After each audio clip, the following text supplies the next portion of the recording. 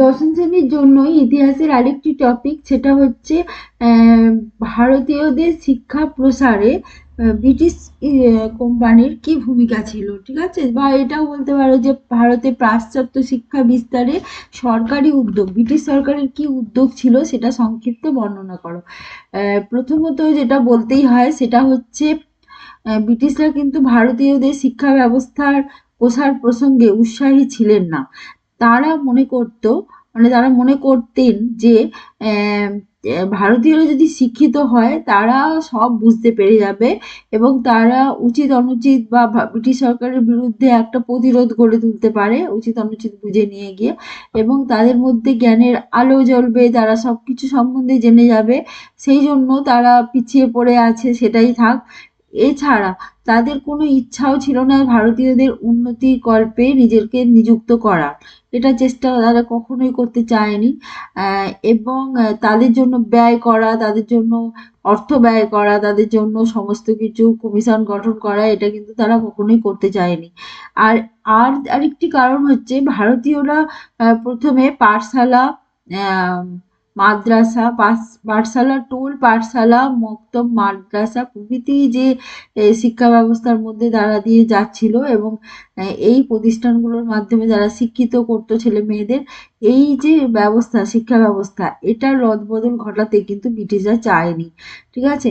তারা চেয়েছিল এইভাবেই চলুক যেমন চলছে, সেই কারণে তারা সেটাতে হাত দেয়নি। কিন্তু দেখা গেছে যে ভারতে যারা আহ, শিক্ষা দরদি এবং কিছু মনীষী ছিলেন সেই সময়, তাদেরই আন্তরিক প্রচেষ্টা ছিল, তারা নিজেদের শিক্ষিত করেছিলেন, এবং তাদের আন্তরিক প্রচেষ্টা ছিল ভারতীয়দের শিক্ষিত করে তোলা, এবং সেই কারণে মধ্যবিত্ত শিক্ষিত সমাজের সঙ্গে ব্রিটিশদের একটা ওঠাবড়া বা তাদের সঙ্গে চলা, তারা যখন মধ্যবিত্ত শিক্ষিত সমাজের মানুষ ব্রিটিশদের অধীনে কাজ করছে এবং তাদের দ্বারা প্রভাবিত হচ্ছে, তাদের জন্য তাদের কথা ভেবেই, এবং তাই সেই কারণে ব্রিটিশরা বুঝেছিল যে না, শিক্ষা ব্যবস্থায় হয়তো রদবদল করা বা উন্নতিকল্পে তাদের নিযুক্ত হওয়ার প্রয়োজন আছে, ঠিক আছে?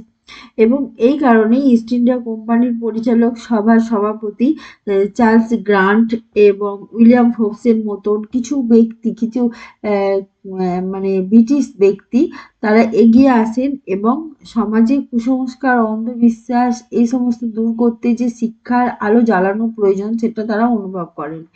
এবং এছাড়া ভারতীয়দের মধ্যে রাজা রামমোহন রায়েরও দাবি ছিল যে বিজ্ঞান প্রসারতা ঘটানো, বিজ্ঞান মনস্কতা বাড়ানো এবং কুসংস্কারগুলো দূর করা, শিক্ষার প্রসার ঘটানো খুব প্রয়োজন। সেই জন্য তিনি পাশ্চাত্য শিক্ষার দাবিও জানিয়েছিলেন। প্রসঙ্গত বলা যায় যে সংস্কৃত কলেজের বিরোধিতা করেন তিনি, কারণ সংস্কৃত কলেজে পঠন পাঠন করে সেটা কাজের কিছু হবে না, সেখানে কিন্তু সেই জায়গায় ইংরেজি শিখলে অনেক বেশি ভালো হবে, আন্তর্জাতিক স্তরে সমস্ত কিছু জানা সম্ভব হবে। ব্রিটিশদের ব্রিটিশদের যে ধারণা, তাদের যে সমস্ত কিছু ব্যাপার সেটা জানা সম্ভব হবে, এবং একটা কাজের জায়গাতেও কিন্তু অনেক বেশি প্রতিষ্ঠিত হওয়া যাবে, ঠিক আছে? আচ্ছা, এছাড়া 1813 খ্রিস্টাব্দে সনদ আইন পাস হয়, যেটা ব্রিটিশ পার্লামেন্টে ইস্ট ইন্ডিয়া কোম্পানি ভারতের প্রসারের জন্য বার্ষিক 1 লক্ষ টাকা ব্যয় করবেন বলে বলেছিলেন, এবং সেই 1 লক্ষ টাকা যেটা তারা ব্যয় করবেন, সেইটা কিসে ব্যয় করবেন, শিক্ষাক্ষেত্রে প্রাচ্য শিক্ষা বিস্তারে নাকি পাশ্চাত্য শিক্ষা বিস্তারে, সেটা নিয়েও কিন্তু একটা দ্বন্দ্ব শুরু হয়ে যায়। এবং জনশিক্ষা কমিটি গঠন করে ব্রিটিশরা, সেটাতে স্যার মানে এই টমাস টমাস ব্যাবিংটন মেকলে সেখানকার সভাপতি হন, এবং তিনি কিন্তু পাশ্চাত্য শিক্ষা বিস্তারকেই প্রাধান্য দিয়েছিলেন। এবং লর্ড উইলিয়াম বেন্টিকের আমলে অনেক বেশি হিতকর কাজ হয়েছিল, অনেক সমাজ হিতকর কাজগুলো হয়েছিল। ঠগীদস্যু দমনেও তো উইলিয়াম বেন্টিক সাহায্য করেছিলেন, সেরকম শিক্ষা বিস্তারেও কিন্তু তিনি অগ্রণী ভূমিকা গ্রহণ করেছিলেন।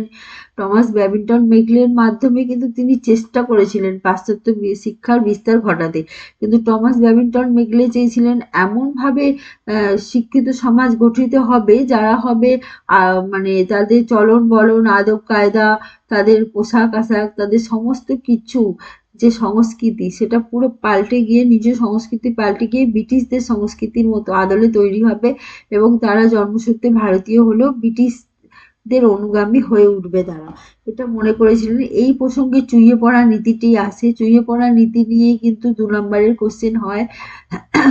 চুইয়ে পড়া নীতি মানে হচ্ছে কিছু মুষ্টিমেয় শিক্ষিত সমাজ তৈরি করা হবে যাদের মাধ্যমে অনুপ্রাণিত হয়ে এবং যাদের মাধ্যমে, যাদের সঙ্গে থেকে, যাদের সাহচর্যে কিছু সমাজে আদার্স মানে অন্যান্য মানুষেরাও কিন্তু সেইভাবে শিক্ষিত হয়ে উঠবে। ঠিক আছে, এটাকে চুইয়ে পড়া নীতি বলা হয়। লর্ড হান্ডিচ তিনি ইংরেজিতে শিক্ষার দক্ষতা আছে, মানে দক্ষতা বাড়লে যে চাকরি ক্ষেত্রে পদোন্নতি হবে এই বিষয়টি তিনি তুলে ধরেছিলেন।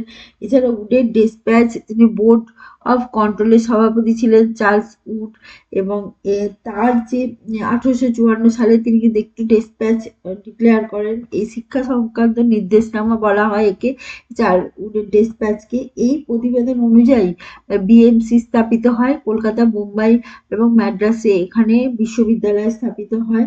140টি মধ্য ইংরাজি এবং 79টি উচ্চ ইংরাজি বিদ্যালয় প্রতিষ্ঠিত হয় এই উডের ডেসপ্যাচের মাধ্যমেই কিন্তু। ঠিক আছে, খুব গুরুত্বপূর্ণ উডের ডেসপ্যাচ। উডের ডেসপ্যাচ, মেকলে মিনিট এবং চুইয়ে পড়া নীতি সব এগুলো 2 নম্বরের কোশ্চেন হিসেবে আসে। বিভিন্ন কমিশন গঠন করা হয়েছিল, তার মধ্যে আছে 1882-83 হান্টার কমিশন, স্যাডলার কমিশন 1917 থেকে 19-এর মধ্যে স্থাপিত হয়েছিল। যেটা সীমাবদ্ধতা বলা যেতে পারে সেক্ষেত্রে যেটা হচ্ছে সরকারি উদ্যোগ কিন্তু উদ্যোগ সেভাবে কিন্তু ছিল না। ঠিক আছে, ত্রুটিযুক্ত ছিল। শিক্ষার প্রসারে যে একটা মুক্ত পদক্ষেপ নেয়া, একটা উদার মনস্কতা দেখানো, সেটা কিন্তু ব্রিটিশ সরকারের পক্ষ থেকে আসেনি। এবং শিক্ষিত সমাজও কিন্তু এ ব্যাপারে হাত গুটিয়েছিল। সব ক্ষেত্রে মানুষের কাছে কিন্তু এই জন্য শিক্ষার যে আলো পৌঁছে যায়নি, এবং দেখা গেছে পাশ্চাত্য শিক্ষার প্রতিও কিন্তু অনেক মানুষ অনাগ্রহতা দেখিয়েছিল। সেই জন্য এই যতটা প্রসার হলে ভারতীয়দের উপকার হয় ততটা কিন্তু শিক্ষার প্রসার লাভ করেনি। তবুও পাশ্চাত্য শিক্ষার বিস্তারে ব্রিটিশ সরকারের উদ্যোগ এবং কিছু মুষ্টিমেয় শিক্ষিত মানুষের উদ্যোগকে সাধুবাদ জানাতেই হয়, কারণ সেই সময় ভারতে পাশ্চাত্য শিক্ষার প্রসার হতো না যদি না তারা এই উদ্যোগটুকু নিত।